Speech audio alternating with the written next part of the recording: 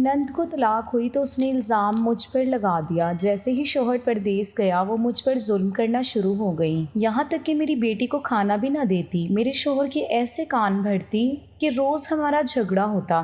ایک دن میں نے اس کے کمرے سے کسی مرد کو نکلتے ہوئے دیکھا، پر میں کچھ نہ بولی۔ جب میرا شوہر چھٹی پر آیا ہوا تھا تو میری نند نے شور مچا دیا کہ بھابھی کے کمرے سے مرد نکل کر بھاگا ہے۔ جب میرے شوہر نے اس لڑکے کو پکڑ لیا تو اس نے ایسی بات کہی کہ نند میرے قدموں میں گر گئی۔ میرا نام سبیحہ ہے۔ شادی سے پہلے میری زندگی بہت اچھی گزر رہی تھی۔ میں ایک اسکول میں ٹیچنگ کرتی تھی۔ ہر صبح اپنے کام پر جانا، بچوں کو پڑھانا، ان کے ساتھ وقت گزارنا، پھر شام کو گھر واپس آنا۔ میری زندگی ایک خوبصورت ترتیب کے ساتھ چل رہی تھی۔ مجھے اپنی ملازمت سے صرف تنخواہ ہی نہیں ملتی تھی بلکہ ایک عجیب سا سکون بھی ملتا تھا۔ جب کوئی بچہ کوئی نئی بات سیکھتا تھا تو مجھے ایسا محسوس ہوتا تھا جیسے میری محنت کامیاب ہو گئی ہو۔ میں نے کبھی اپنی زندگی کو ادھورا محسوس نہیں کیا تھا۔ میرے اپنے خواب تھے، میری اپنی ترجیحات تھیں۔ میں چاہتی تھی کہ کچھ سال مزید اپنی ملازمت پر توجہ دوں، اپنے لیے کچھ کر لوں، پھر شادی کے بارے میں سوچوں۔ مگر ہمارے معاشرے میں ہر فیصلہ ہمیشہ انسان کی اپنی مرضی سے نہیں ہوتا۔ گھر میں اکثر میری شادی کی بات شروع ہو جاتی تھی۔ پہلے میں مسکرا کر ٹال دیتی تھی، پھر آہستہ آہستہ یہ بات سنجیدہ ہوتی چلی گئی۔ ایک دن میرے امی ابو نے مجھے اپنے پاس بٹھایا اور بہت محبت سے کہا کہ اب تمہاری شادی کر دینی چاہیے۔ تمہاری دونوں بڑی بہنوں کی بھی شادی ہو چکی ہے، اب تم اس گھر کی آخری بیٹی ہو۔ ہم چاہتے ہیں کہ تمہارا گھر بھی آباد ہو جائے۔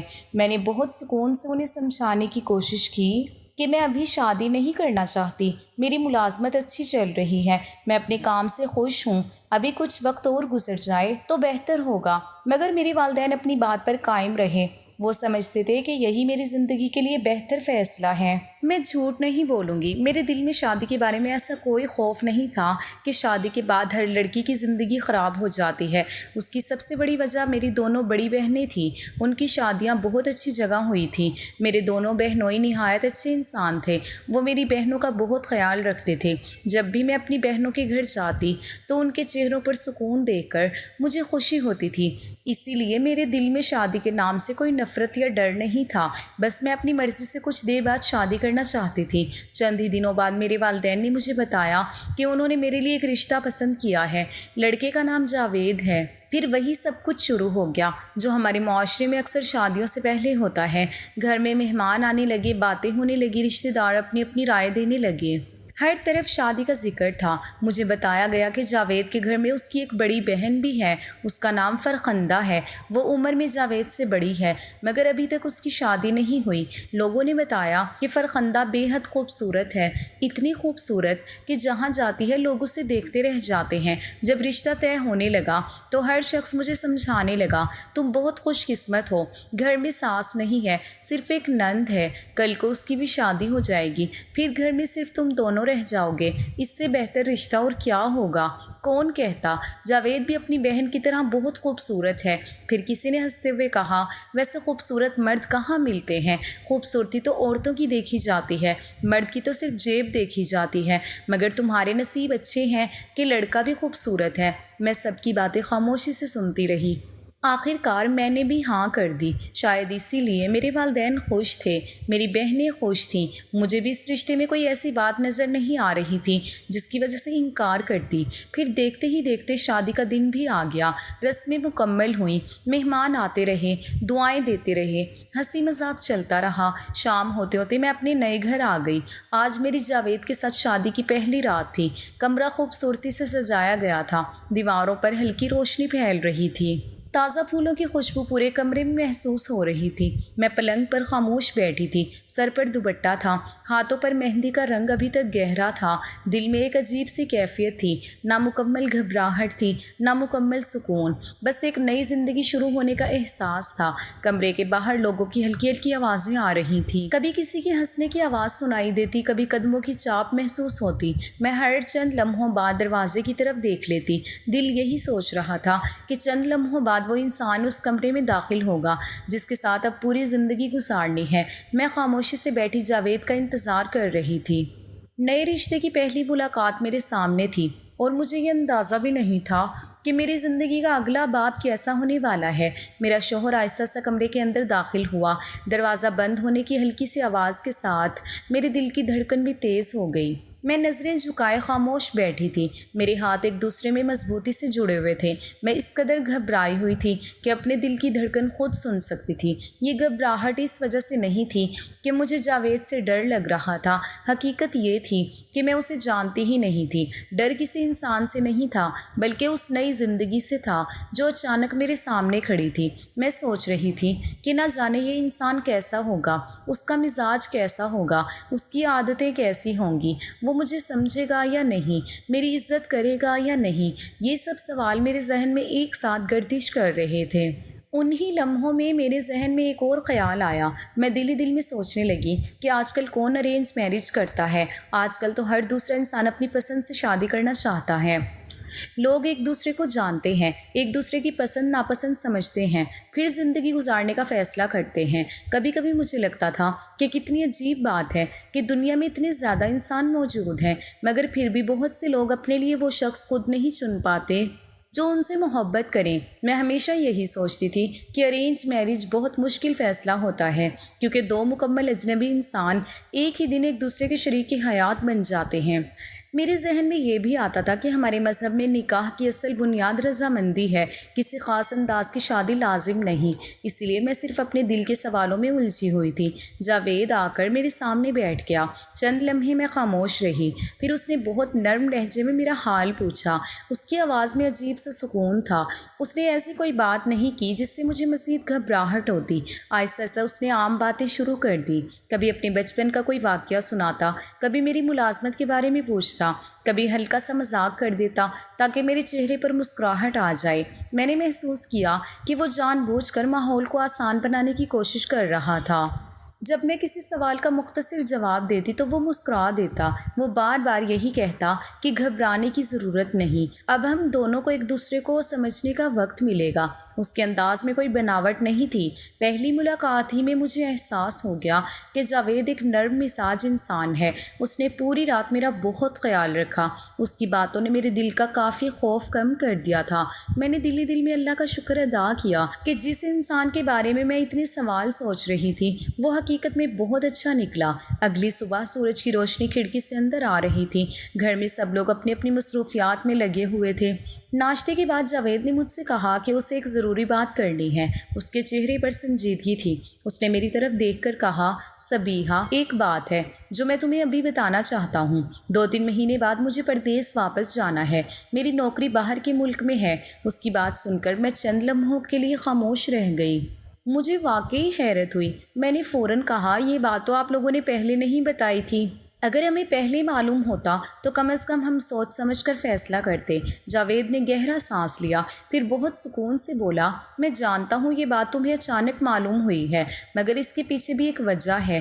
جب بھی ہم لوگوں نے پہلے کسی رشتے میں یہ بتایا کہ لڑکا بیرون ملک کام کرتا ہے تو اکثر لڑکیاں انکار کر دیتی تھی۔ وہ کہتی تھی کہ شادی کے فوراً بعد شوہر دور چلا جائے گا تو اتنی لمبی جدائی برداشت نہیں ہوگی۔ کچھ لوگ صرف پیسے دیکھ کر فوراً راضی ہو جاتے تھے، مگر مجھے ایسے رشتے پسند نہیں تھے جہاں صرف کمائی دیکھی جائے۔ اس لیے امی نے یہ بات پہلے کسی کو نہیں بتائی۔ میں خاموشی سے اس کی بات سنتی رہی۔ اس نے میری طرف دیکھ کر کہا، میں تم سے وعدہ کرتا ہوں کہ یہ ہمیشہ کے لیے نہیں ہوگا، بس 2 سال کی بات ہے۔ اس کے بعد یا تو میں ہمیشہ کے لیے واپس آ جاؤں گا یا پھر تمہیں اپنے ساتھ لے جاؤں گا۔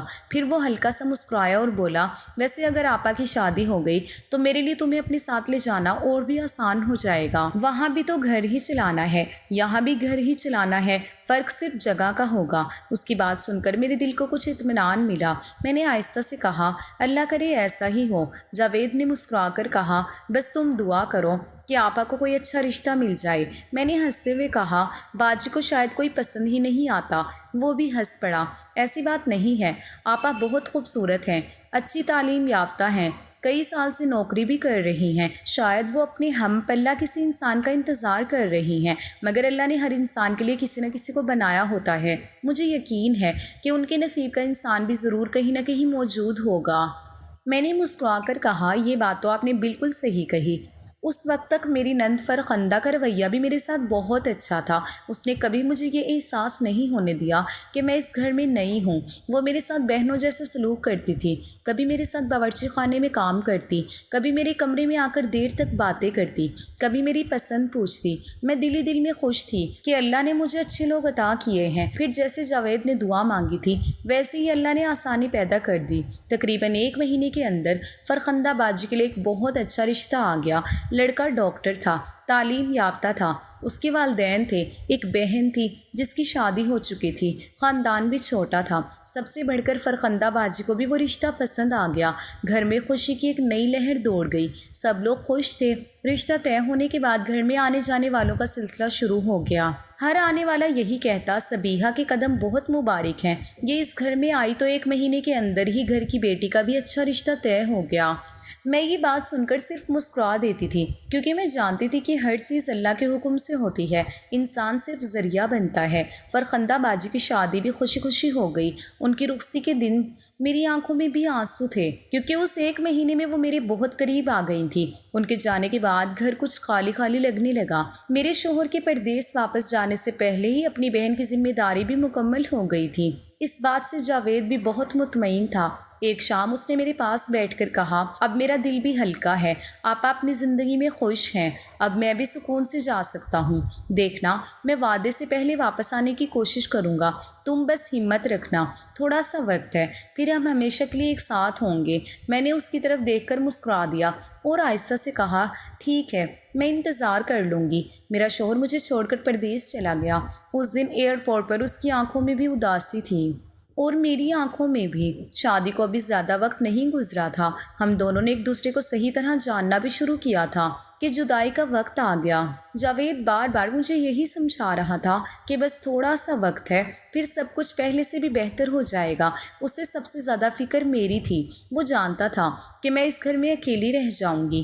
جاتے جاتے اس نے کئی بار پوچھا کہ تم اکیلی کیسے رہو گی؟ اگر کوئی ضرورت پڑ گئی تو کیا کرو گی؟ میں نے اسے تسلی دیتے ہوئے کہا کہ آپ بالکل فکر نہ کریں، کبھی میں امی کے گھر چلی جاؤں گی، چند دن وہاں گزار لوں گی، کبھی امی کو اپنے پاس بلا لوں گی، وقت گزر جائے گا، آپ اپنی نوکری پر توجہ دیں، میں یہاں سب سنبھال لوں گی۔ اس نے اطمینان کا سانس لیا اور کہا کہ بس اپنا خیال رکھنا، میں جلدی واپس آنے کی کوشش کروں گا۔ اس کے جانے کے بعد میں نے خود کو یہی سمجھایا کہ میری زندگی کتنی اچھی چل رہی ہے۔ اللہ نے مجھے اچھا شوہر دیا، اچھی نند ملی، پھر اللہ نے اس کی شادی بھی کروا دی۔ اب صرف 2 سال کی جدائی تھی۔ اس کے بعد یا تو جاوید ہمیشہ کے لیے واپس آ جاتا یا پھر مجھے اپنے ساتھ لے جاتا۔ میں اپنے آنے والے دنوں کے بارے میں سوچ کر خوش ہو جاتی تھی، مگر شاید زندگی کو میری یہ خوشی زیادہ دیر منظور نہیں تھی۔ فرخندہ باجی کی شادی کو ابھی 1 مہینہ ہی گزرا تھا کہ ایک دن گھر کے باہر گاڑی آ کر رکی۔ میں نے پردہ ہٹا کر دیکھا تو حیران رہ گئی۔ گاڑی سے فرخندہ باجی نیچے اتری۔ ان کے چہرے پر غصہ بھی تھا اور بیزاری بھی۔ ان کے ساتھ ان کے سسرال والے بھی تھے۔ میں سمجھ ہی نہیں سکی کہ معاملہ کیا ہے۔ چند ہی لمحوں بعد حقیقت سامنے آ گئی۔ فرخندہ باجی کو ان کے شوہر نے طلاق دے دی تھی۔ وہ ہمیشہ کے لیے واپس ہمارے گھر آ گئی تھیں۔ مجھے اس سے بھی زیادہ حیرت اس وقت ہوئی جب میں نے دیکھا کہ ان کے سسرال والے صرف فرخندہ باجی کو ہی واپس چھوڑنے نہیں آئے تھے، بلکہ ان کا سارا سامان بھی ساتھ لائے تھے۔ یہاں تک کہ شادی کے وقت ہم نے انہیں جو تحفے دیے تھے وہ بھی واپس کر دیے۔ ان کے چہروں سے صاف لگ رہا تھا کہ وہ بہت ناراض ہیں۔ انہوں نے صاف الفاظ میں کہا، ہمیں آپ لوگوں کی دی ہوئی کوئی چیز نہیں چاہیے، صرف یہی نہیں بلکہ جو چیزیں وہ استعمال کر چکے تھے ان کی قیمت بھی ادا کر دے، تاکہ ان پر ہمارا کوئی حق باقی نہ رہے۔ میں خاموش کھڑی یہ سب دیکھ رہی تھی۔ میرے ذہن میں بار بار یہی سوال آ رہا تھا کہ آخر 1 مہینے کے اندر ایسا کیا ہو گیا؟ 1 مہینہ تو وہ وقت ہوتا ہے جب لوگ ایک دوسرے کو سمجھنے کی کوشش کر رہے ہوتے ہیں۔ اتنی جلدی تو کسی انسان کی حقیقت بھی پوری طرح سامنے نہیں آتی۔ میں دل ہی دل میں سوچ رہی تھی کہ آخر فرخندہ باجی نے وہاں جا کر کیا کیا ہوگا کہ بات طلاق تک پہنچ گئی، مگر میں نے ان سے کچھ نہیں پوچھا۔ میں سمجھتی تھی کہ یہ ان کا ذاتی معاملہ ہے، لیکن شاید فرخندہ باجی کے دل میں کچھ اور ہی چل رہا تھا۔ گھر میں قدم رکھتے ہی انہوں نے مجھے دیکھ کر کہا، تمہاری نظر لگی ہے، تمہاری وجہ سے میرے ساتھ یہ سب ہوا ہے۔ میں ان کی بات سن کر حیران رہ گئی۔ میں نے بڑی نرمی سے کہا کہ باجی، میری وجہ سے کیسے ہوا؟ میں تو آپ کے لیے ہمیشہ دعا ہی کرتی رہی ہوں، مگر وہ میری بات سننے کے لیے تیار نہیں تھی۔ وہ غصے میں کہنے لگی کہ تمہارے آنے کے بعد پہلے سب لوگ تمہاری تعریفیں کرنے لگے، پھر میری زندگی برباد ہو گئی۔ میں خاموش ہو گئی کیونکہ مجھے معلوم تھا کہ غصے میں انسان اکثر ایسی باتیں کر دیتا ہے جن کا حقیقت سے کوئی تعلق نہیں ہوتا۔ چند دن بعد میں نے ایک غلطی کر دی۔ میں پریشان تھی، میرے دل میں اپنے مستقبل کی فکر تھی۔ میں نے فرخندہ بازی سے ذکر کر دیا کہ ہمارا تو منصوبہ تھا کہ جاوید واپس آ کر مجھے بھی اپنے ساتھ پردیس لے جائے گا۔ اب آپ واپس آ گئی ہیں تو شاید ہمارے منصوبے میں بھی تبدیلی آ جائے۔ مجھے یہ بات انہیں نہیں بتانی چاہیے تھی۔ جیسے ہی انہوں نے یہ بات سنی، ان کے چہرے کے تاثرات بدل گئے۔ اس دن کے بعد مجھے محسوس ہونے لگا کہ ان کے ذہن میں عجیب عجیب خیالات آنے لگے ہیں۔ وہ ہر وقت یہی سوچتی رہتی تھی کہ شاید میں ان سے جان چھڑوانا چاہتی ہوں، حالانکہ حقیقت صرف اتنی تھی کہ میں اپنے شوہر کے ساتھ اپنی نئی زندگی شروع کرنا چاہتی تھی۔ جب جاوید کو پردیس میں معلوم ہوا کہ فرخندہ بازی طلاق لے کر واپس آ گئی ہیں تو وہ بھی بہت پریشان ہوا۔ وہ فون پر بار بار یہی کہتا تھا کہ اب آپا کو اس حالت میں اکیلا بھی نہیں چھوڑ سکتے۔ میں اس کی مجبوری سمجھ سکتی تھی۔ وہ اپنی بہن بھی نہیں چھوڑ سکتا تھا اور نہ ہی مجھے، اسی لیے میں نے بھی کبھی اس سے کوئی شکایت نہیں کی۔ مگر حقیقت یہ تھی کہ فرخندہ بازی ایک بار پھر میرے سر پر آ گئی تھی۔ گھر کا ماحول بدلنے لگا تھا۔ وہ پہلے والی نرم مزاج فرخندہ نہیں رہی تھی۔ ان کے لہجے میں تلخی آ گئی تھی، ان کی باتوں میں چڑچڑا پن آ گیا تھا۔ میں کبھی کبھی تنہائی میں بیٹھ کر سوچتی تھی کہ شاید دنیا میں کوئی انسان مکمل خوش قسمت نہیں ہوتا۔ جب انسان کو لگتا ہے کہ اب سب کچھ ٹھیک ہو گیا ہے تو زندگی کوئی نہ کوئی نئی آزمائش سامنے لے آتی ہے۔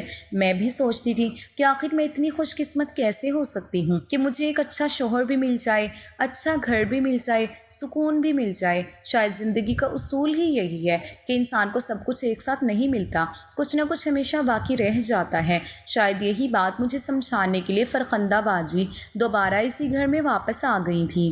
1 سال گزرنے کے بعد آخر وہ دن آ ہی گیا جس کا میں بے صبری سے انتظار کر رہی تھی۔ جاوید واپس آ رہا تھا۔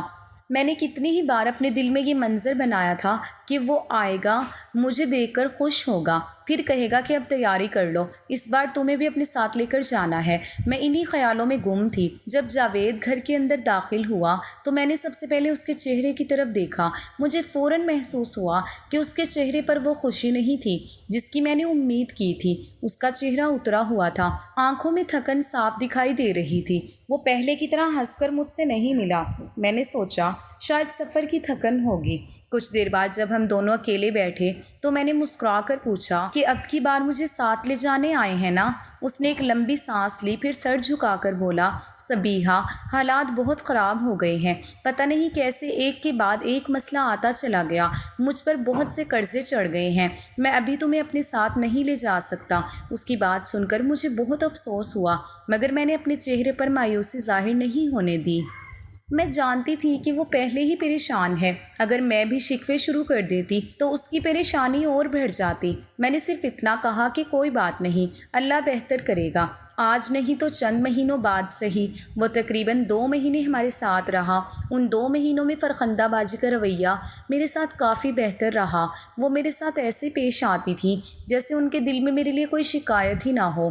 کئی بار میرے دل میں آیا کہ جاوید کو بتا دوں کہ اس کے جانے کے بعد میرے ساتھ کیا کیا ہوتا رہا، کیسے بات بات پر مجھے الزام دیا گیا، کیسے ہر خوشی کا قصوروار مجھے ٹھہرایا گیا، مگر میں ہر بار خاموش رہ گئی۔ میں نہیں چاہتی تھی کہ بہن بھائیوں کے درمیان میری وجہ سے کوئی غلط فہمی پیدا ہو۔ 2 مہینے گزرنے کے بعد جاوید دوبارہ پردیس واپس چلا گیا۔ اس کے جانے کے تقریباً 2 مہینے بعد مجھے معلوم ہوا کہ میں ماں بننے والی ہوں۔ یہ خبر سنتے ہی میری آنکھوں میں خوشی کے آنسو آ گئے۔ میں نے فوراً جاوید کو فون کیا۔ وہ بھی یہ خبر سن کر بہت خوش ہوا۔ کافی دیر تک ہماری بات ہوتی رہی۔ وہ بار بار یہی کہہ رہا تھا کہ اب اسے پہلے سے بھی زیادہ محنت کرنی ہوگی، مگر ایک انسان ایسا بھی تھا جو میری اس خوشی میں خوش نہیں تھا۔ وہ فرخندہ بازی تھی۔ مجھے محسوس ہونے لگا کہ میری ہر خوشی اسے ناگوار گزر رہی ہے۔ وہ کبھی میرے سامنے خوشی کا اظہار نہیں کرتی، کبھی میرے لیے دعا نہیں کرتی۔ ان کے چہرے پر ہمیشہ عجیب سی بیزاری رہتی۔ ادھر جاوید کی زندگی میں بھی مشکلات بڑھنے لگی۔ ایک دن اس کا فون آیا۔ اس کی آواز بہت اداس تھی۔ اس نے بتایا کہ اس کی نوکری ختم ہو گئی ہے۔ میری قدموں تلے جیسے زمین نکل گئی۔ وہ پہلے ہی قرضوں میں ڈوبا ہوا تھا، اب نوکری بھی نہیں رہی تھی۔ 3-4 مہینے بڑی سختی کے ساتھ گزرے۔ وہ نئی نوکری ڈھونڈتا رہا، کبھی ادھر جاتا کبھی ادھر جاتا۔ آخر کار کئی مہینوں بعد اسے دوبارہ کام ملا، مگر تب تک وہ دوبارہ صفر سے اپنی زندگی شروع کرنے پر مجبور ہو چکا تھا۔ اب اس کے لیے سب سے بڑی مشکل یہ تھی کہ وہ نہ مجھے اپنے ساتھ بلا سکتا تھا، نہ فرخندہ باجی کو چھوڑ سکتا تھا۔ آنے والے بچے کے اخراجات بھی تھے۔ پردیس میں ایک ایک چیز پر بہت خرچہ آتا تھا، یہاں کم از کم اپنا گھر تھا، کچھ سہولت موجود تھی۔ میں نے بھی یہی مناسب سمجھا کہ ابھی پاکستان میں ہی رہوں۔ وقت گزرتا گیا، پھر اللہ نے مجھے ایک خوبصورت سی بیٹی عطا کی۔ جب میں نے پہلی بار اپنی بیٹی کو گود میں اٹھایا تو مجھے ایسا محسوس ہوا جیسے میری ساری دنیا بدل گئی ہو۔ اس ننھے سے چہرے کو دیکھ کر میں اپنی ساری پریشانیاں بھول جاتی تھی۔ میں اللہ کا شکر ادا کرتی تھی کہ اس نے مجھے اتنی بڑی نعمت عطا کی۔ جاوید نے ویڈیو کال پر اپنی بیٹی کو دیکھا تو اس کی آنکھیں بھی بھر آئیں۔ وہ بار بار کہہ رہا تھا کہ کاش وہ اس وقت ہمارے ساتھ ہوتا، مگر جیسے جیسے وقت گزرتا گیا ویسے ویسے فرخندہ باجی نے گھر کی ہر چیز پر اپنا اختیار جمانا شروع کر دیا۔ شروع میں نے زیادہ توجہ نہیں دی، پھر آہستہ آہستہ مجھے احساس ہونے لگا کہ اب وہ صرف گھر کے معاملات میں ہی مداخلت نہیں کر رہی بلکہ جاوید کی کمائی کو بھی اپنا حق سمجھنے لگی ہیں۔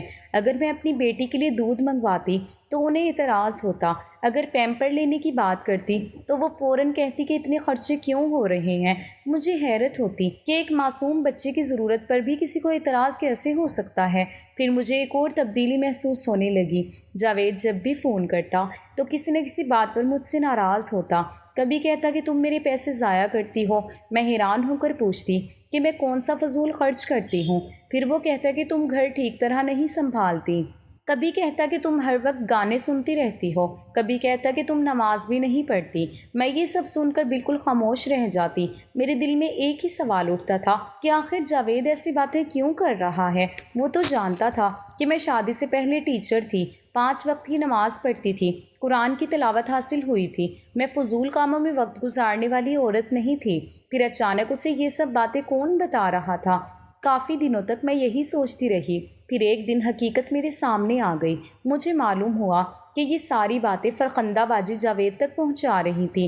وہ روز میرے بارے میں کوئی نہ کوئی بات بنا کر اسے بتاتی، کبھی کسی سچی بات میں کوئی جھوٹ ملا دیتی، کبھی کسی معمولی بات کو بہت بڑا بنا کر پیش کرتی، کبھی ایسی بات بھی بنا دیتی جو ہوئی ہی نہیں ہوتی تھی۔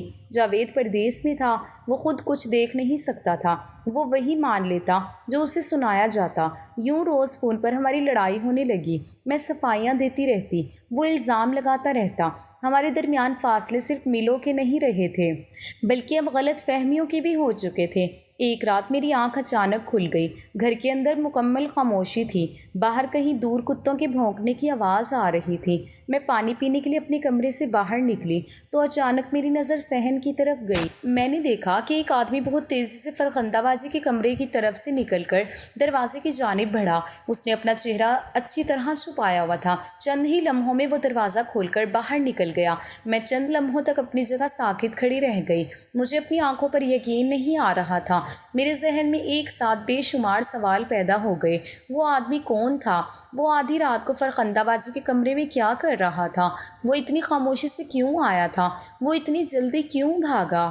میں نے چند قدم آگے بڑھانے کا سوچا مگر پھر رک گئی۔ میرے پاس کوئی ثبوت نہیں تھا۔ اگر میں صرف اپنی آنکھوں سے دیکھی ہوئی بات کی بنیاد پر الزام لگا دیتی تو شاید کوئی بھی میری بات پر یقین نہ کرتا۔ الٹا یہی کہا جاتا کہ میں اپنی نند کو بدنام کرنے کی کوشش کر رہی ہوں۔ میں خاموشی سے واپس اپنے کمرے میں آ گئی۔ اس پوری رات مجھے نیند نہیں آئی۔ میں بار بار یہی سوچتی رہی کہ آخر حقیقت کیا ہے۔ صبح ہوئی تو فرخندہ باجی ایسے گھوم رہی تھی جیسے کچھ ہوا ہی نہ ہو۔ ان کے چہرے پر نہ گھبراہٹ تھی نہ پریشانی۔ میں نے بھی کچھ نہیں کہا۔ میں جانتی تھی کہ بغیر ثبوت کے ایک لفظ بولنا میرے اپنے لیے مصیبت کھڑی کر سکتا تھا۔ میں نے اس واقعے کو اپنے دل میں دفن کر دیا، مگر دوسری طرف فرخندہ باجی کے ظلم کم ہونے کی بجائے بڑھتے ہی جا رہے تھے۔ میری بیٹی آہستہ آہستہ بڑی ہو رہی تھی۔ وہ چلنا سیکھ رہی تھی، بولنا سیکھ رہی تھی۔ اس کی ہر چھوٹی سی بات میرے لیے خوشی کا باعث ہوتی تھی۔ جاوید اگرچہ ہم سے دور تھا مگر ایک بات کی میں ہمیشہ تعریف کرتی ہوں کہ اس نے کبھی پیسوں کے معاملے میں کوتاہی نہیں کی۔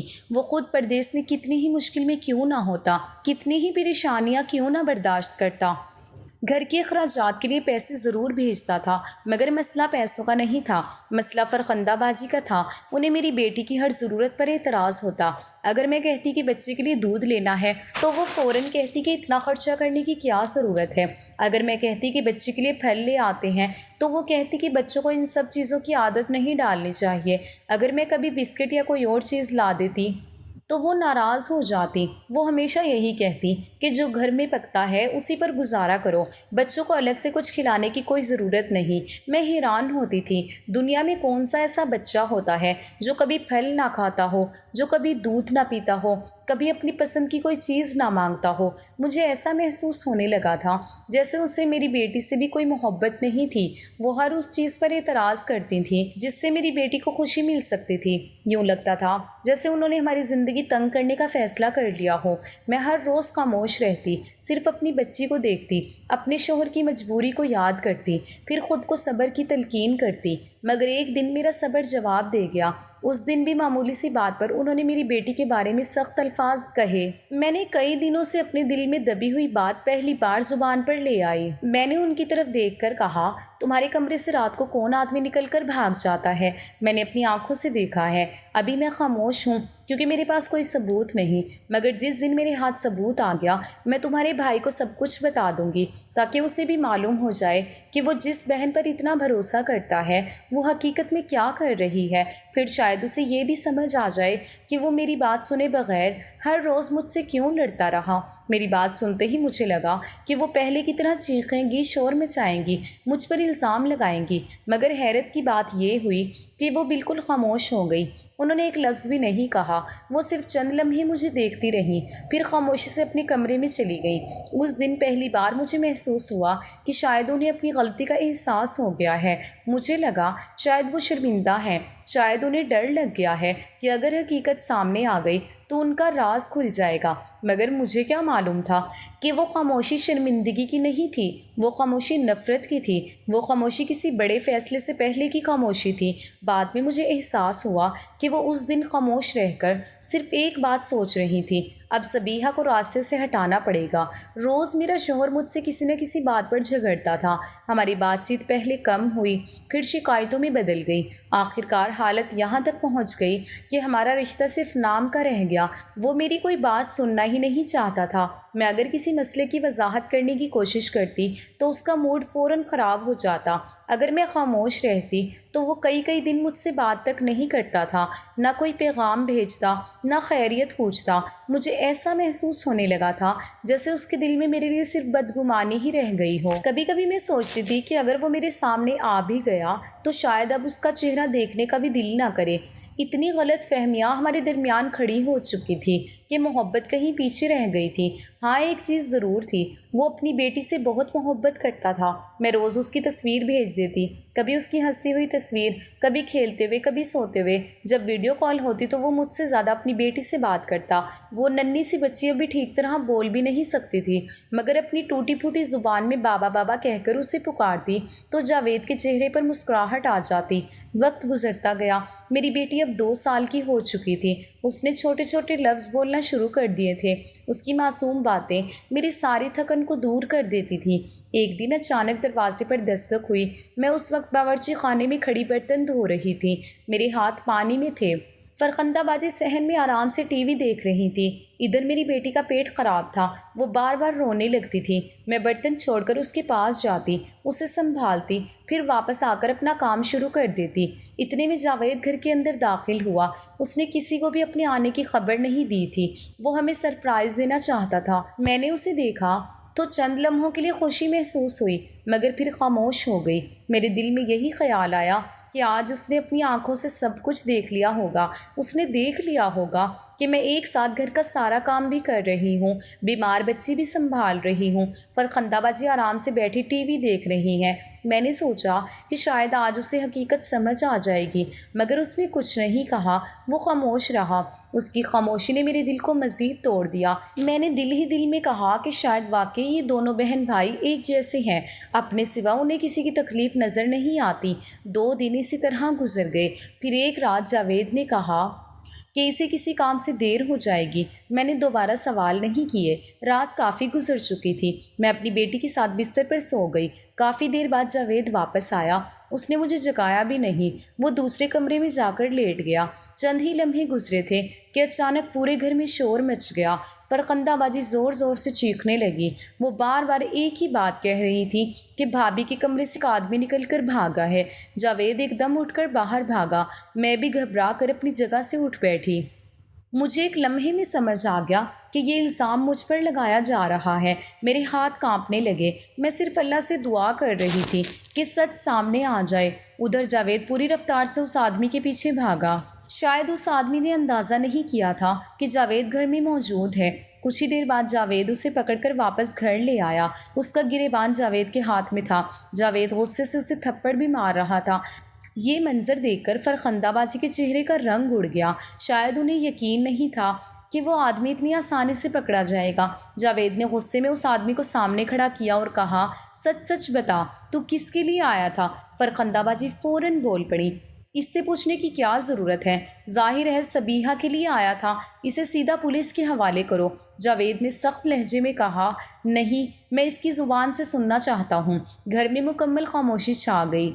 چند لمحے بعد اس آدمی نے نظریں جھکا لی، پھر دھیمی آواز میں بولا کہ میں صبیحہ کے لیے نہیں آیا تھا، میں فرخندہ کے لیے آیا تھا۔ یہ سن کر جیسے وقت تھم گیا۔ جاوید ساکت رہ گیا۔ میں بھی حیرت سے اسے دیکھنے لگی۔ وہ آدمی آگے بولا، فرخندہ نے مجھ سے کہا تھا کہ صبیحہ کو بدکردار ثابت کرنا ہے، ایسا ماحول بنانا ہے کہ سب لوگ اسی پر شک کریں۔ میں فرخندہ کو پسند کرتا ہوں، اس لیے اس کی ہر بات مانتا رہا۔ اس کی ایک ایک بات گھر کی دیواروں سے ٹکرا رہی تھی۔ جاوید کے چہرے کے تاثرات بدلتے جا رہے تھے۔ اسے ایک ہی لمحے میں سمجھ آ گیا کہ اتنے سالوں سے ہمارے درمیان نفرت کون پیدا کر رہا تھا، ہر جھگڑے کی بنیاد کون رکھتا تھا، ہر غلط فہمی کے پیچھے کون تھا۔ فرخندہ کا سر شرم سے جھک گیا۔ وہ ایک لفظ بھی نہ بول سکی۔ جاوید نے اس آدمی کو جانے نہیں دیا۔ اس نے کہا، تم کہتے ہو کہ تم فرخندہ کو پسند کرتے ہو؟ اس نے فوراً ہاں میں سر ہلا دیا۔ جاوید نے کہا، پھر آج ہی اس ذمہ داری کو قبول کرو۔ رات میں ہی خاندان کے چند بزرگوں کو بلایا گیا۔ تمام ضروری کارروائی مکمل کی گئی۔ صبح ہونے سے پہلے دونوں کا نکاح کر دیا گیا۔ نکاح کے بعد جاوید نے فرخندہ سے کہا، جو تمہارا حق ہے، جو تمہارا حصہ بنتا ہے، وہ سب تمہیں مل جائے گا، مگر اب تم یہاں نہیں رہو گی، اپنی نئی زندگی شروع کرو۔ فرخندہ جانا نہیں چاہتی تھی، مگر اب اس کے پاس انکار کا کوئی راستہ نہیں تھا۔ چند گھنٹوں بعد وہ اس شخص کے ساتھ اس گھر سے رخصت ہو گئی۔ دروازہ بند ہوا تو گھر میں ایک عجیب سی خاموشی چھا گئی۔ جاوید آہستہ سے چلتا ہوا میرے پاس آیا۔ اس کی آنکھوں میں آنسو تھے۔ وہ میرے سامنے گھٹنوں کے بل بیٹھ گیا۔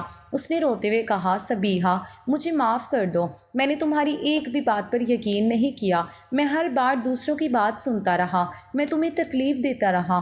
آج مجھے معلوم ہو گیا کہ اس کہانی کا اصل منفی کردار کون تھا۔ میں نے تمہارے ساتھ بہت زیادتی کی ہے۔ میں بھی خاموش کھڑی رو رہی تھی۔ میرے دل میں برسوں کا درد جمع تھا، مگر میں یہ بھی جانتی تھی کہ بعض اوقات سچ سامنے آنے کے بعد نفرت کو زندہ رکھنے سے صرف رشتے مزید ٹوٹتے ہیں۔ میں نے آہستہ سے اسے اٹھایا، اس کی آنکھوں سے آنسو صاف کیے، پھر اسے معاف کر دیا۔ اگلے ہی لمحے میں نے اسے اپنے گلے سے لگا لیا۔ اس لمحے ایسا محسوس ہوا جیسے برسوں سے ہمارے درمیان کھڑی غلط فہمیوں کی دیوار آخر کار گر چکی تھی۔ میرے شوہر نے اس واقعے کے بعد ایک بھی دن ضائع نہیں کیا۔ شاید اسے احساس ہو گیا تھا کہ اگر وہ اب بھی دیر کرے گا تو ہمارے رشتے پر لگے زخم کبھی بھر نہیں سکیں گے۔ اس نے سب سے پہلے میرا اور میری بیٹی کا پاسپورٹ بنوانے کے لیے درخواست دے دی۔ روزانہ کاغذات کے سلسلے میں دفتر جاتا، کبھی کسی دستاویز کی ضرورت ہوتی، کبھی کسی تصدیق کی۔ وہ ہر کام خود کرتا رہا تھا، کیونکہ اب وہ مجھے مزید کسی آزمائش میں نہیں چھوڑنا چاہتا تھا۔ چند ہی ہفتوں میں سارے کاغذات مکمل ہو گئے۔ اس کے بعد اس نے ایک اور بڑا فیصلہ کیا۔ اس نے ہمارا آبائی گھر بیچ دیا، وہ گھر جہاں ہماری زندگی کے خوبصورت لمحے بھی گزرے تھے، جہاں ہم نے بہت سے دکھ بھی دیکھے تھے، جہاں ہماری بیٹی نے اپنے پہلے قدم رکھے تھے۔ وہ گھر اب ہمارے لیے صرف ایک عمارت رہ گیا تھا۔ اس سے جڑی ہوئی تلخ یادیں اتنی زیادہ تھی کہ وہاں رہنا اب ممکن نہیں رہا تھا۔ گھر بک گیا۔ اس کے بعد گھر کا سارا سامان بھی فروخت کر دیا گیا۔ جو رقم ملی اس میں سے میری نند کا جتنا قانونی حصہ بنتا تھا وہ جاوید نے پوری دیانتداری کے ساتھ اس کے حوالے کر دیا۔ اس نے کسی کا حق اپنے پاس نہیں رکھا، باقی رقم اپنے پاس رکھ لی تاکہ نئی زندگی کا آغاز کیا جا سکے۔ اس وقت مجھے اپنے شوہر پر فخر محسوس ہوا کیونکہ اس نے تمام معاملات انصاف کے ساتھ ختم کیے۔ ادھر فرخندہ اپنی نئی زندگی میں جا چکی تھی۔ جس گھر میں اس کی شادی ہوئی تھی وہ ایک بہت بڑا مشترکہ خاندان تھا۔ اس کا شوہر 5 بہنوں اور 2 بھائیوں کا بڑا بھائی تھا۔ گھر میں ہر وقت لوگوں کی آمد و رفت رہتی تھی، ہر کام ذمہ داری کے ساتھ تقسیم ہوتا تھا، وہاں ہر انسان کو دوسروں کے ساتھ مل کر چلنا پڑتا تھا۔ میں نہیں جانتی تھی کہ فرخندہ نے وہاں جا کر اپنی زندگی کس طرح گزاری، اس نے وہاں کیسا رویہ اختیار کیا، اس نے اپنی پرانی عادتیں بدلی یا نہیں، مگر ایک بات ضرور تھی، اب اسے اچھی طرح معلوم ہو چکا تھا کہ اس کے لیے واپس آنے کا کوئی راستہ باقی نہیں رہا۔ جس گھر کو وہ ہمیشہ اپنا سمجھتی تھی اب وہ فروخت ہو چکا تھا۔ جہاں وہ پہلے اپنی مرضی چلاتی تھی وہ جگہ اب ختم ہو چکی تھی۔ اب اگر اسے اپنی زندگی گزارنی تھی تو اپنے شوہر کے گھر ہی گزارنی تھی، وہیں اپنے رشتے نبھانے تھے، وہیں اپنی نئی دنیا بسانی تھی۔ ادھر ہمارے سارے کاغذات مکمل ہوئے تو آخر کار وہ دن بھی آ گیا جس کا ہم برسوں سے انتظار کر رہے تھے۔ میں اپنی بیٹی کا ہاتھ تھامے ہوئے ہوائی جہاز میں بیٹھی تھی، جاوید میرے ساتھ بیٹھا تھا۔ ہم تینوں ایک نئی زندگی کی طرف سفر کر رہے تھے۔ میرے دل میں عجیب سا سکون تھا، ایسا محسوس ہو رہا تھا جیسے برسوں بعد اللہ نے ہماری دعائیں قبول کر لی ہوں۔ کئی گھنٹوں کے سفر کے بعد ہم دبئی پہنچ گئے۔ وہاں کی صاف ستھری سڑکیں، بلند عمارتیں، منظم زندگی، یہ سب میرے لیے بالکل نیا تھا۔ شروع کے چند دن ہر چیز اجنبی لگتی رہی، مگر جاوید ہر قدم پر میرے ساتھ تھا۔ اس نے مجھے کبھی اکیلا محسوس نہیں ہونے دیا۔ آہستہ آہستہ میں بھی اس نئی زندگی کا حصہ بنتی چلی گئی۔ میری بیٹی بھی خوش رہنے لگی۔ جاوید کی ملازمت پہلے سے بہتر ہو چکی تھی۔ اب ہمارے درمیان نہ کوئی غلط فہمی تھی، نہ کوئی تیسرا شخص تھا جو ہمارے رشتے میں زہر گھولتا۔ ہم تینوں ایک ساتھ بیٹھ کر کھانا کھاتے تھے، ایک ساتھ باہر جاتے تھے، ایک ساتھ ہنستے تھے۔ کبھی کبھی میں جاوید کی طرف دیکھتی تو دل ہی دل میں اللہ کا شکر ادا کرتی کہ اس نے ہمارے ٹوٹتے ہوئے گھر کو دوبارہ جوڑ دیا۔ آج ہماری زندگی دبئی میں بہت سکون سے گزر رہی ہے۔ میں نے اپنی زندگی سے ایک بات ضرور سیکھی ہے کہ اگر میاں بیوی کے درمیان اعتماد قائم رہے تو دنیا کا کوئی انسان ان کے رشتے کو نہیں توڑ سکتا، مگر جب اعتماد ختم ہو جائے تو اپنے بھی اجنبی بن جاتے ہیں۔ اللہ کا شکر ہے کہ ہمارے گھر میں سچ نے آخر کار اپنی جگہ بنا لی اور اس سچ نے ہماری زندگی دوبارہ خوشیوں سے بھر دی۔